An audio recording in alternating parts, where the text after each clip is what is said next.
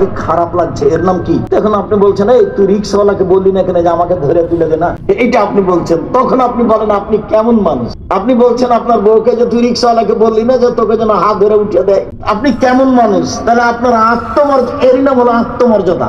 একটা কাজ আপনাকে খারাপ লাগে, আপনার মান সম্মানে বাধা দেয়, এর নাম আত্মমর্যাদা। কেমনে আপনার জন্য সাজে স্ত্রী বাইরে ঘুরিয়ে পাবে, ভ্যানিটি ব্যাগ নিয়ে রাস্তায় যায়, ঘাটে যায়।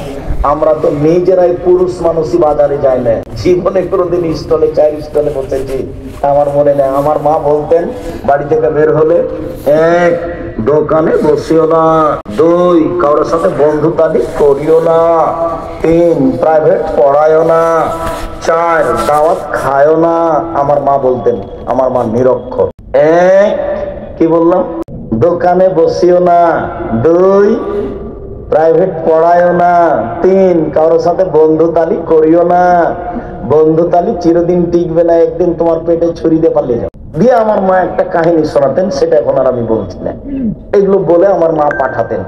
তা আমরা ছাত্র জীবনে বসিনি, এখনো বসিনি। আর আপনি ঘন্টার ঘন্টা চায়ের স্টলে বসে থাকেন, অথচ আমি আপনার জন্য এসেছি। আপনি আমার দিনী ভাই, আপনাকে আমি খুব ভালোবাসি। আপনি আমার দিনী বোন, বড় বোনের সাথে আপনার গন্ডগোল হয়েছে, আজকেই ক্ষমা নিতে হবে। আপনি আমার দিনী বোন, বড় জায়ের সাথে আপনার গন্ডগোল হয়েছে। গন্ডগোল কিন্তু আপনার বড় যা বুঝেন আপনারা, জায়ের কারণে গন্ডগোল হয়েছে, আপনি ছোট যা, আজকেই হাত ধরে ক্ষমা নিতে হবে। বড় জায়ের হাত ধরে বলতে হবে, আপা আমার যা হয়েছে ভুল হয়েছে, আমরা একসাথে থাকবো, কথা বলবো, চলবো। ঘটনা কিন্তু কার কারণে ঘটেছে? বড় জায়ের কারণেই ঘটেছে, ক্ষমা আপনাকে নিতে হবে। আপনাকে বলছি গন্ডগোল কিন্তু আপনার বড় ভাইয়ের কারণে হয়েছে, আপনাকে হাত ধরে ক্ষমা নিতে হবে। ভাইজান যা হয়েছে হয়েছে, কথা বলা দুই ভাই বন্ধ থাকলে কেমন হয় যেন, এটা দিন দিন চলে যাচ্ছে।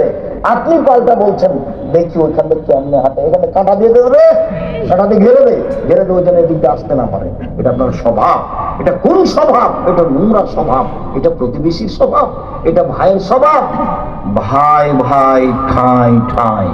সম্মানিত দিনী ভাই বোন, রাসূল সাল্লাল্লাহু আলাইহি সাল্লাম, উম্মে সালমা বলছেন, আল্লাহর নবী একটা চাদর গায়ে দিয়ে সালাত আদায় করছিলেন, ওই চাদরের কিছু অংশ আমার গায়ে ছিল।